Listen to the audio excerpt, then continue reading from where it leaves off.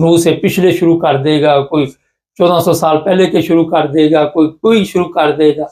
لیکن اصل جو بات ہے وہ تبدیلی کیوں نہیں آ رہی؟ یہ پڑی کسی کے اوپر لاٹھی؟ چلے مجھے بتائیں، یہ زرداری کتنے سال سے حرام خوری کر رہا، پوری زندگی اس نے شہنشاہوں کی طرح گزار دی، پروٹوکول آگے پیچھے، مرنے والا ہے، جو بھی کوئی فرق پڑا؟ یہ شہباز شریف کینسر، وہ دوسرا پلیٹیں فیل، تیسرا پلاسٹک سرجری، چوتھا لے لے، کوئی لے لے،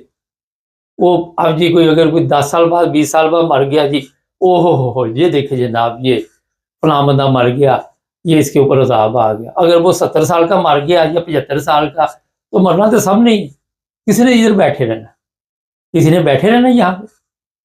جو دوسرے عام آدمی ہوتے ہیں 50 کا بھی مر جاتا ہے، 40 کا بھی مر جاتا ہے، 30 کا بھی مر جاتا ہے، کسی عمر میں بھی مر جاتا ہے۔ تو مجھے جب یہ لوگ جس طرح کی کہانیاں سناتے ہیں تو میں خاموش رہتا ہوں، اور اندر سے مجھے ہنسی آ رہی ہوتی ہے کہ یار یہ دیکھے یہ اپنے مطابق کہانی پھٹکا۔ اصل وجہ ہے کہ معاشرے میں تبدیلی کیوں نہیں آ رہی؟ آپ دیکھ لیں 70 سال سے یہی سناتے آ رہے ہیں، اس پہ عذاب آئے گا، اس پہ آئے گا، یہ آئے گا، وہ آئے گا، پچھلے نکال کے بیٹھ جاتے ہیں، نمرود کی، مرود کی، فلانے کی، ٹینگڑے کی، لیکن دنیا چل رہی۔ مگر جو بات اس پروگرام میں بتانے والا ہوں کہ خدا کے بندوں کچھ نہ کچھ تو سیکھو، اپنے ضمیر کو کم از کم کچھ تو جوڑو کہ آپ زندہ ہو کہ لاشیں ہیں آپ۔ یہ جو ظلم کرتے ہیں اس طرح کے لوگوں کے اوپر، یہ ظلم ہے،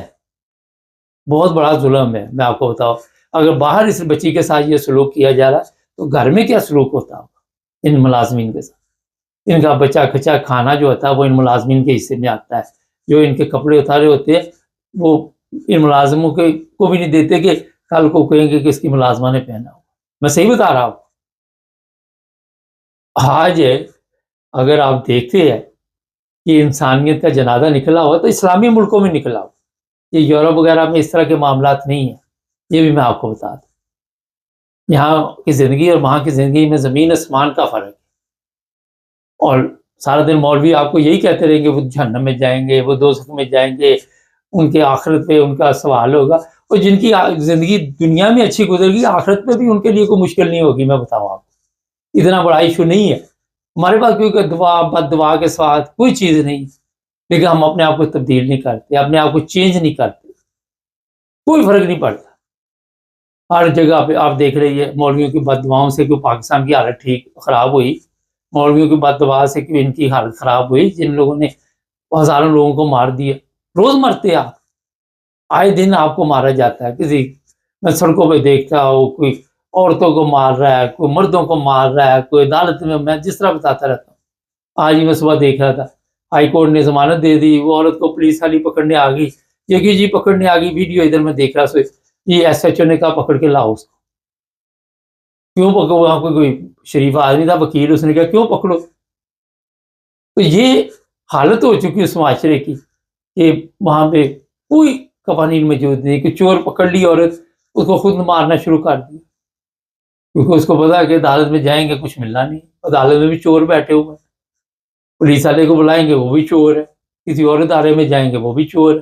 تو کہاں جائے قوم؟ اس قوم کا جو بیڑا گرک ہوا ہے ابھی مزید ہونا ہے، یہ بھی میں آپ کو بتاؤں،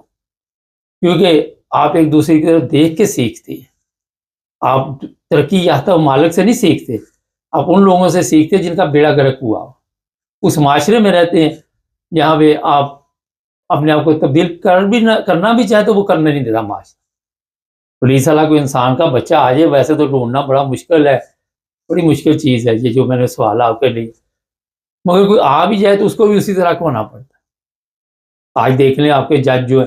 فائز صاحب، افتخار، تیسرے چوتھے، ایک جج کی بھی عزت ہے وہاں پہ، سب لان تان، کسی جنرل کی کسی دوسروں کی، سب سارا دن ان کے اوپر سوشل میڈیا پہ لان تان پڑتے، فرق نہیں پڑتا، مگر آواز اٹھاتے رہنا چاہیے، شاید ایک آدھے بندے کو کوئی سمجھ آ جائے، کسی کو عقل آ جائے۔ مکمل طور پر اگر آپ کہیں تو اس قوم کا یہ نہیں کہ پاکستان کا، انڈیا میں یہی حال ہے، جمہوریت ہے ٹھیک ہے مگر انسانیت وہاں بھی نہیں، پولیس والے وہاں بھی مار رہے ہیں، وہی حالت ہے جو جانوروں والی ہے۔ تو یہ افسوسناک جو ویڈیو میں دیکھی تو میں نے کہا میں اس میں کچھ نہ کچھ لان تان ان لوگوں کے اوپر کروں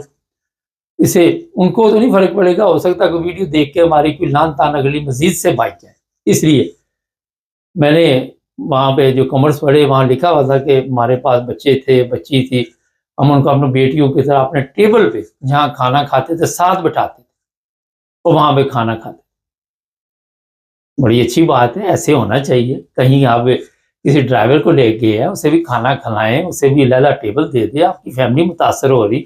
اسے کہ جناب یہاں بیٹھ کے کھا لو، تم کوئی بات نوکر ہے آپ کے گھر میں، ملازم ہے، وہ آپ کی خدمت کر رہے ہیں، ان کو وہ بھی وہی چیزیں دے جو آپ خود کھا رہے ہیں۔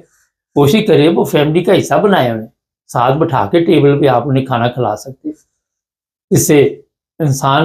اللہ تعالیٰ بھی خوش ہوتا ہے، اور جو انسانی حالت ہے کوئی آپ کے گھر آ کے دیکھے گا کل کو وہ بھی کوئی سیکھ کے جاتا ہے، لیکن جب آپ درندے بنے ہوں گے تو آپ سے کیا سیکھنا کسی۔ اور لعنت ہے ایسے لوگوں کے اوپر۔ چینل کو سبسکرائب کریں، جڑے رہیں ہمارے ساتھ تاکہ اور پروگرام دیکھتے رہیں۔